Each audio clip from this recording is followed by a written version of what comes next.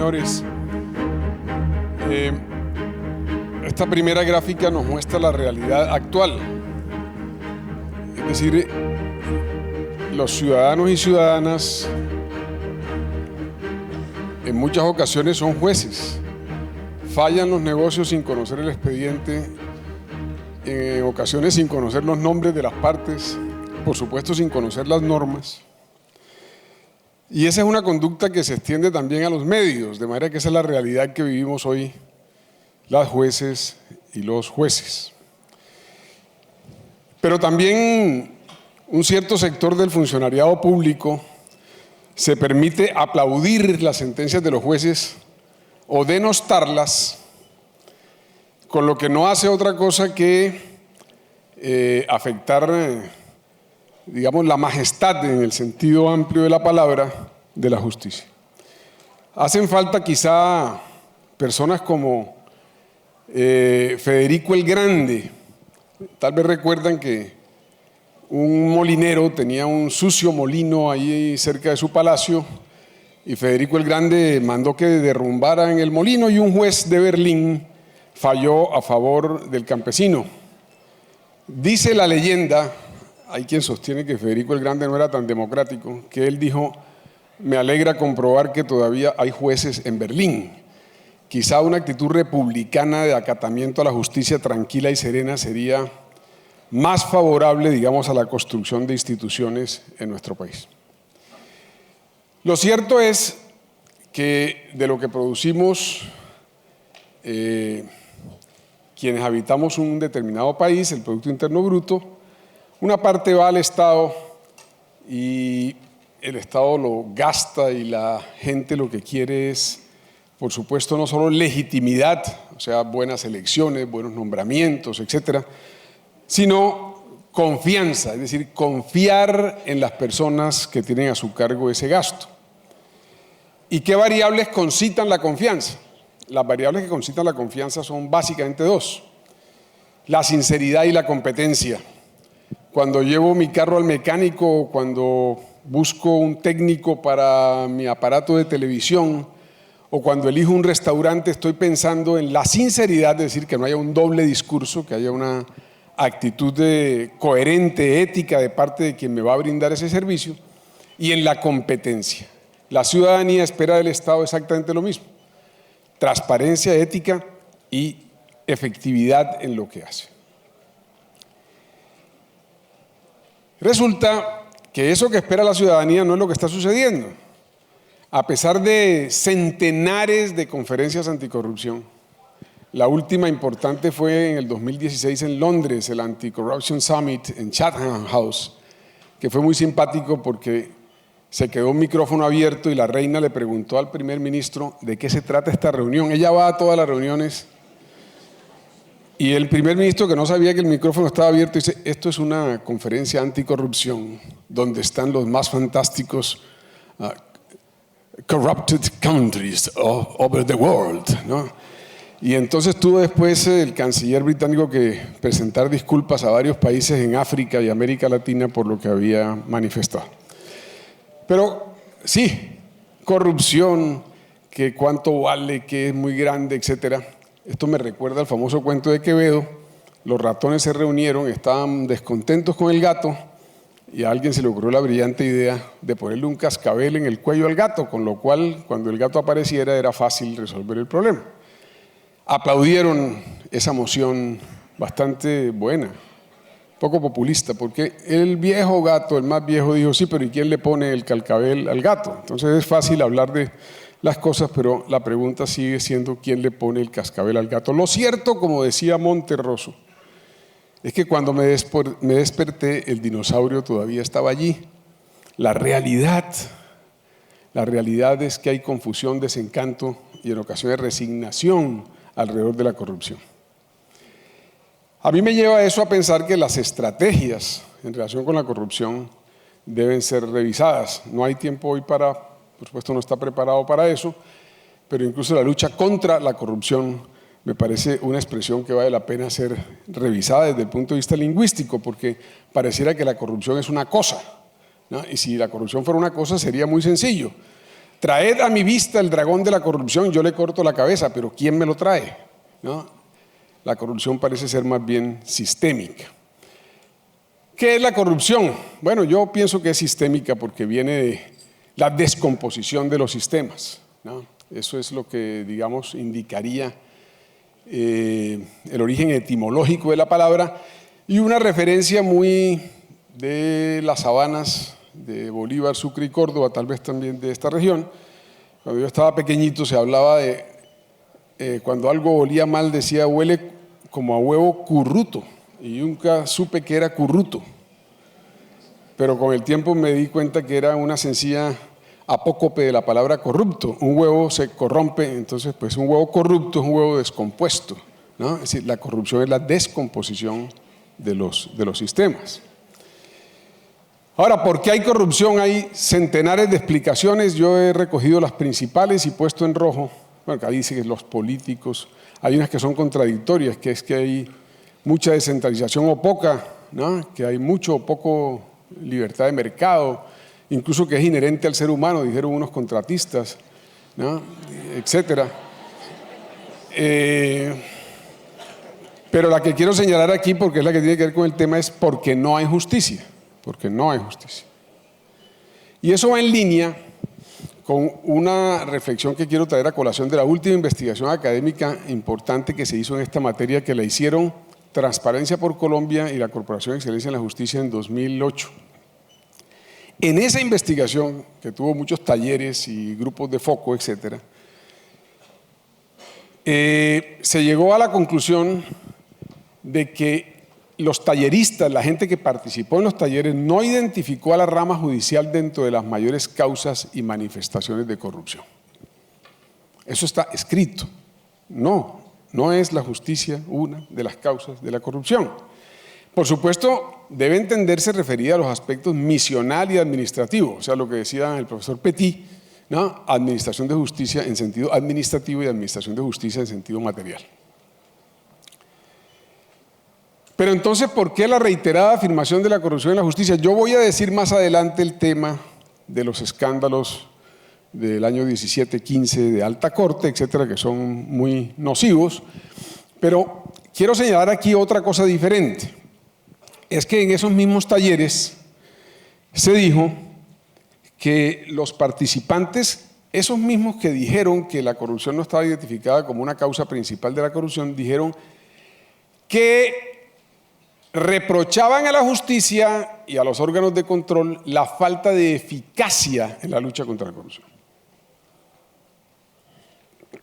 Pues fíjense que el reproche hay que tomarlo en cuenta.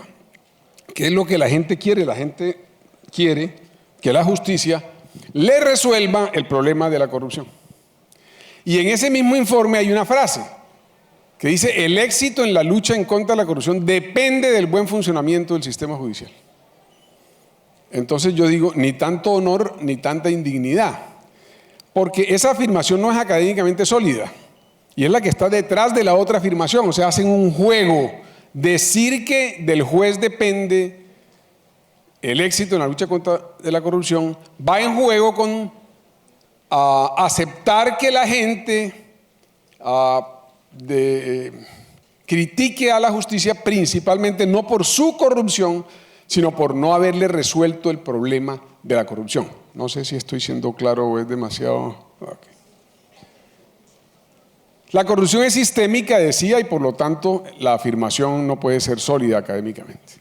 Ahora, propuestas de lucha contra la corrupción. Hay muchas, yo recojo las 6 principales. La primera es casi tierna, que las personas sean honradas.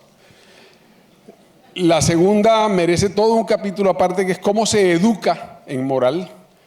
La tercera viene en juego con lo que vengo diciendo, la capacidad sancionatoria estatal.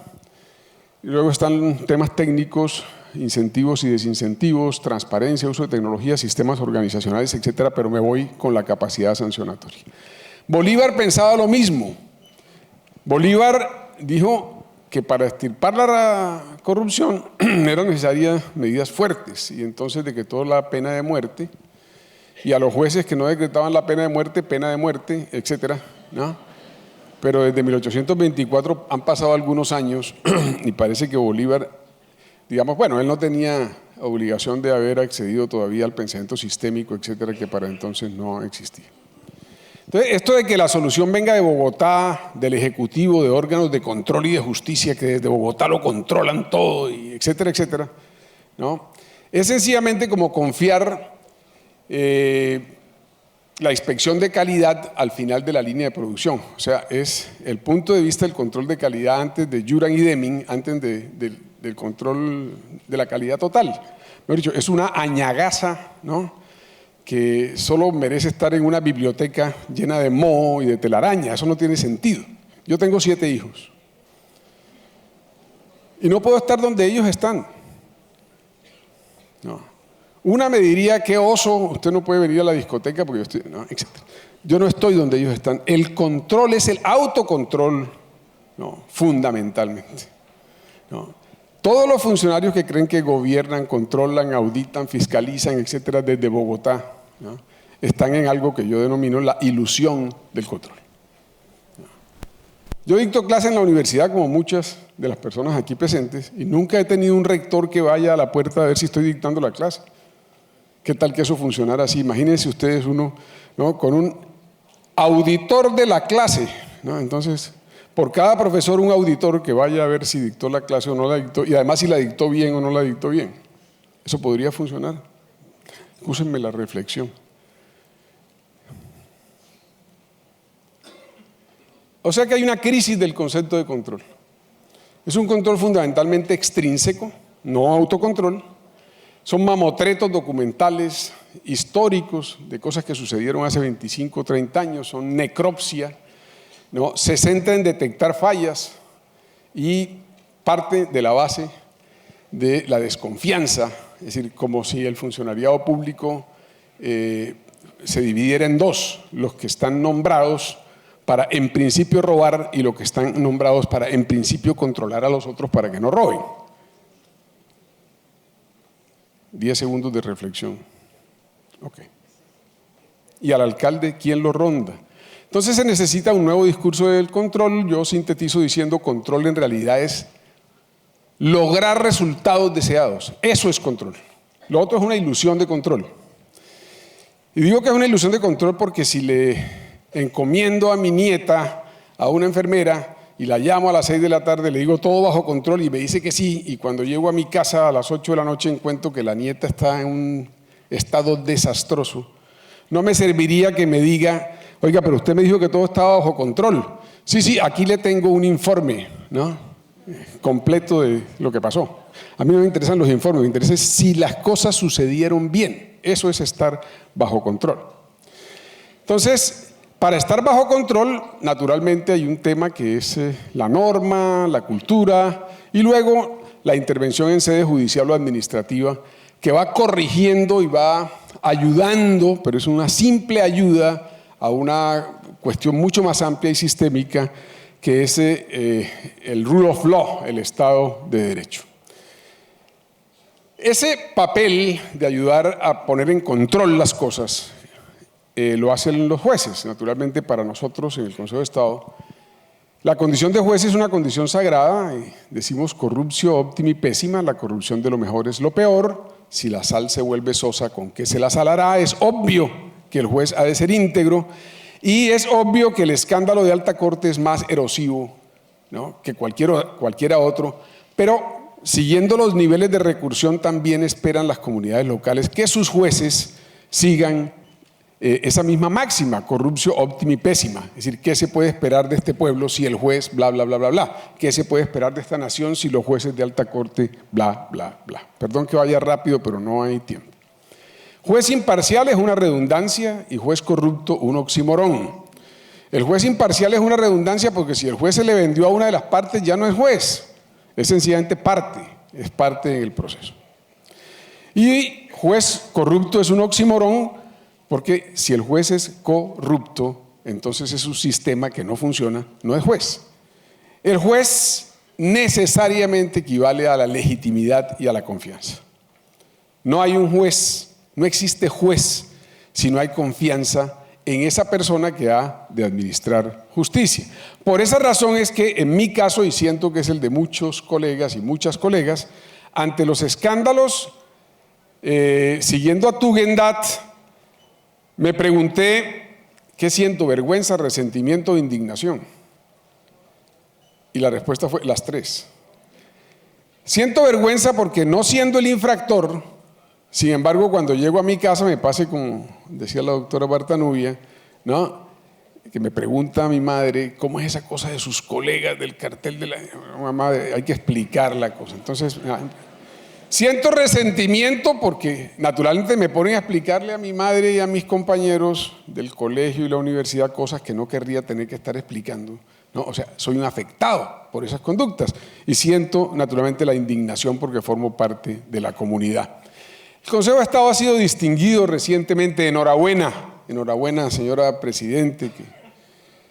Sí, fue distinguido por su rendición de cuentas, etcétera, porque le apostó a la transparencia. Esa es una lucha que viene de años atrás, no es meramente reactiva y está proyectada para que sea un esfuerzo sólido, reflexivo, profundo. ¿Por qué nos interesa la transparencia? La transparencia no es, en mi modo de ver, como se dice en los textos, la probidad. La transparencia es un medio para la probidad. Pero es un medio muy importante y lo sabe la gente en la picaresca, en la música folclórica, en la ley del vaso de whisky, que no es una ley académica, sino propagandística, que acuñamos en la Contraloría de la República por allá en el año 97. Todo whisky servido en la cocina lleva el hielo puesto con la mano. Eso aplica también para el jugo de corozo, etc. Sí.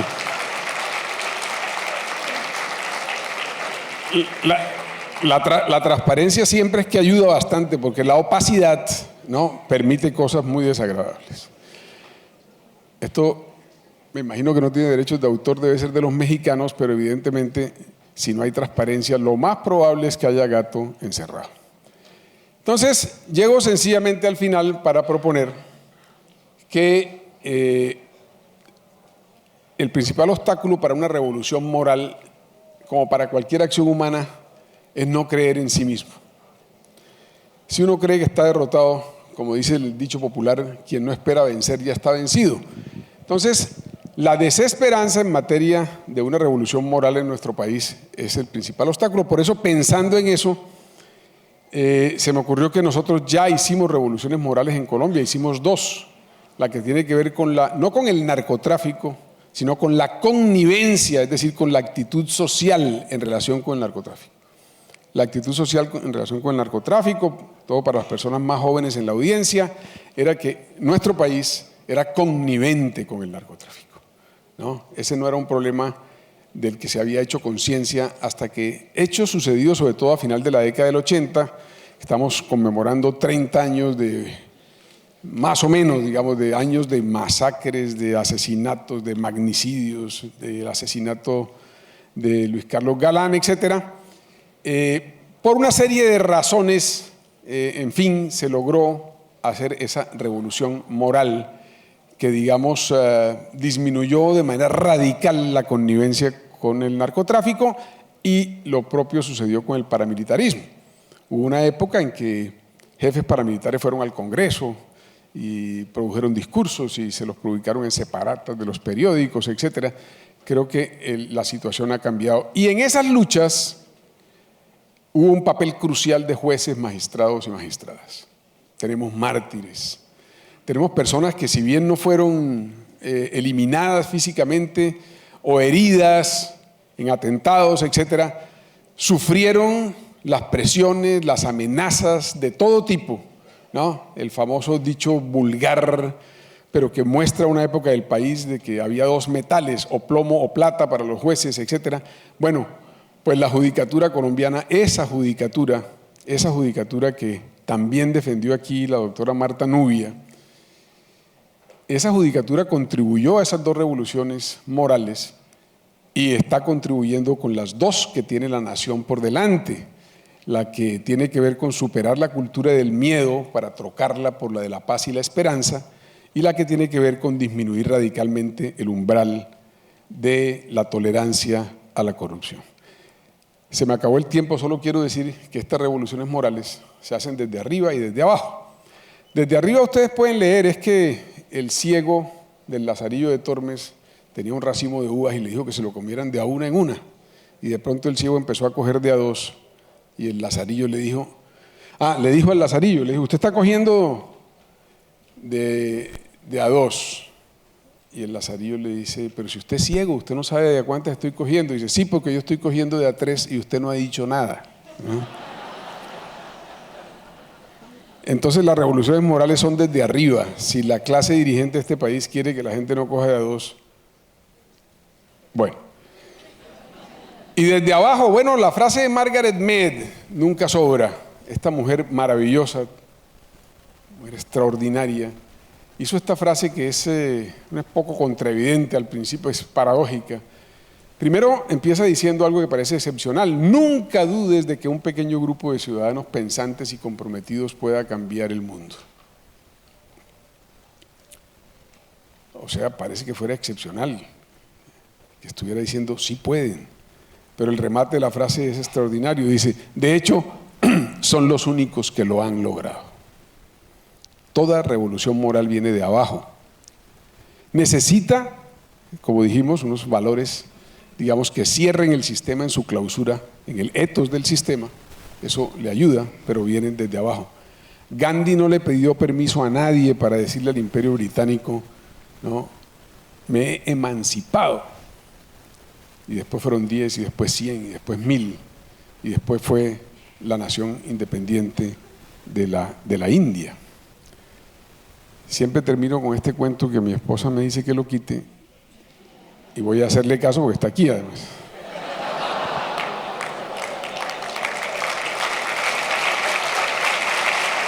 Gracias.